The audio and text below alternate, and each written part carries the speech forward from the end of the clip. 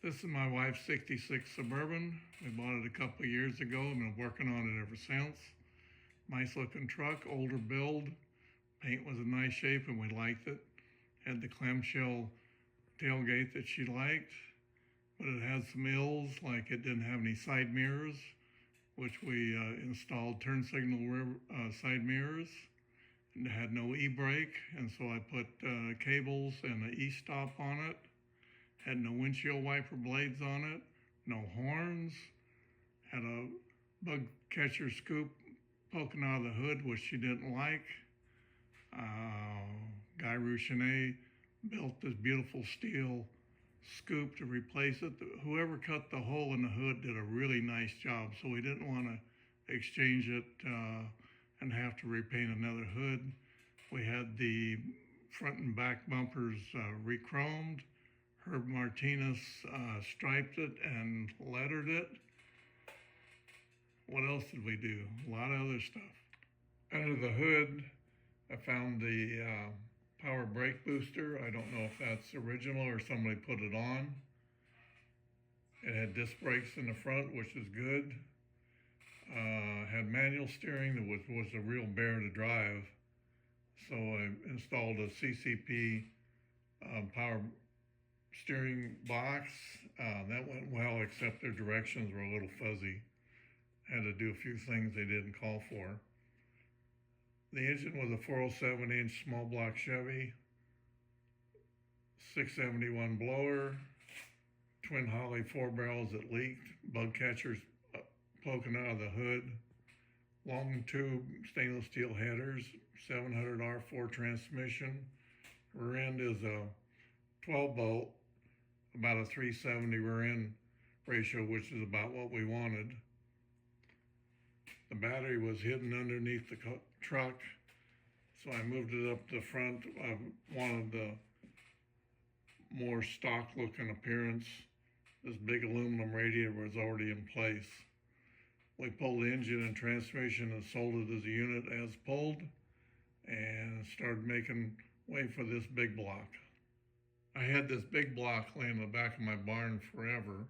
Took it to B&R Automotive Repair Shop in Stockton for a complete rebuild.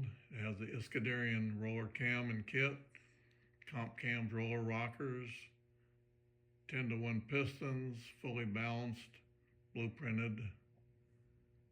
Tony and Napa built up a 700 R4 with a constant TCI constant pressure valve body, and we got the whole package there together. It's got a YN intake manifold. I spotted this CVF front drive in machine shop, and Ron told me everything went together really nice. All the nuts and bolts were holes where everything was right. It gave me the compressor, new compressor, water pump, 140 amp alternator, and the Saginaw power steering pump. Nobody makes a header kit for a big block in this vintage C10, which is 60 to 62 to 66.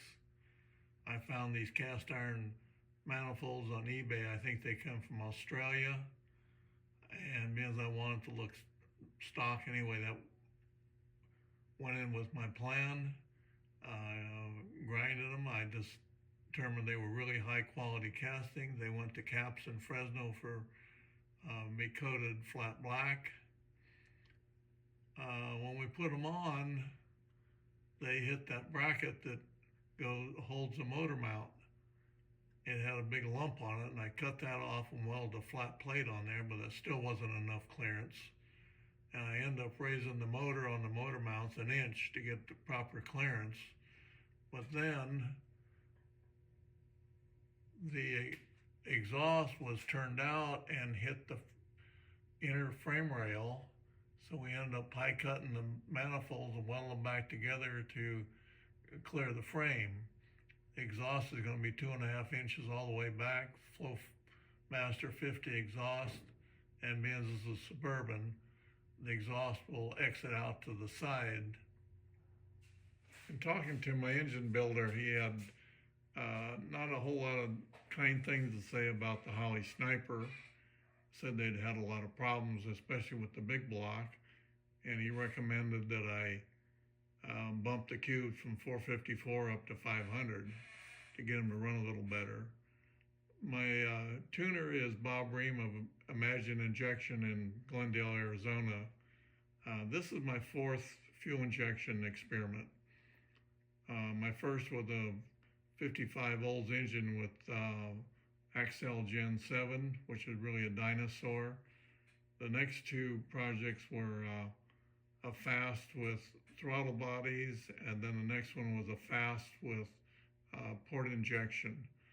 So I'm not a real stranger to fuel injection, and I got a good, Bob Reen gives me a lot of expert advice. He has high words for the Holley, so I went online, and Holley had rebuilt units at a greatly reduced price, and I figured that may be the better way to go, because this engine is, or that injection unit has had a problem and went back to the factory to reset. So I bought that, the Hyperspark distributor, the coil driver. I already had a MSD blaster coil, so I'm all ready to go. Filled up the cooling system with Evans coolant. My nephew came over to help me. He's a professional mechanic, and we fired it up right away. And when I released the key to go from start to run, it would die.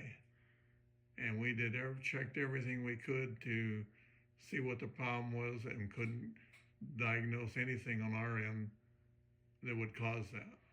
Suspicioning that it was a Holley Sniper unit, I called Bob, and we hooked the laptop up to this unit. He accessed our laptop from his air-conditioned office in Glendale, Arizona, and checked it out. Said my initial tune was spot on, and he couldn't find anything wrong with the Holley Sniper.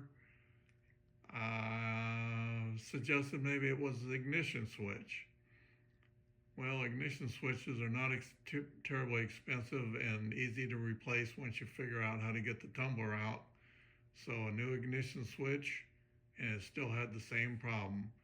It would start right away, and as long as you had the key in the start position, it would run, but as soon as you let loose to the run position, it would die. I called the tech people at Sniper Holley and talked to them and tried everything they suggested, including put the pink wires directly to the battery, which did nothing. Fooling around with it, I did notice a voltage drop when the key went from start to run. This is a single wire 140 amp alternator, and I'm thinking that maybe energizing the alternator caused a voltage drop. So I disconnected the alternator, and it would then start and run. Okay, so I think maybe it's the alternator. So I called CVF, talked to that guy, and he says, oh, okay, I'll send you a new alternator. No hesitation, and I'm thinking, this is probably the alternator. I says, well, throw a call tag in there, I'll send the old one back to you. He said, no, we don't want it back. Well, within 2 days, the alternator were here. I got to give credit to those guys. They really worked with me good. Put the new alternator on it and think I got the problem solved, but nope, same thing, start, die, start, die. I also went online and found out that at Factory 5, they'd had the same problem about 5 years ago. Holley Sniper would start but not run. And I called Factory 5, and they couldn't remember all the details and didn't help me out at all. So I was another dead end from there.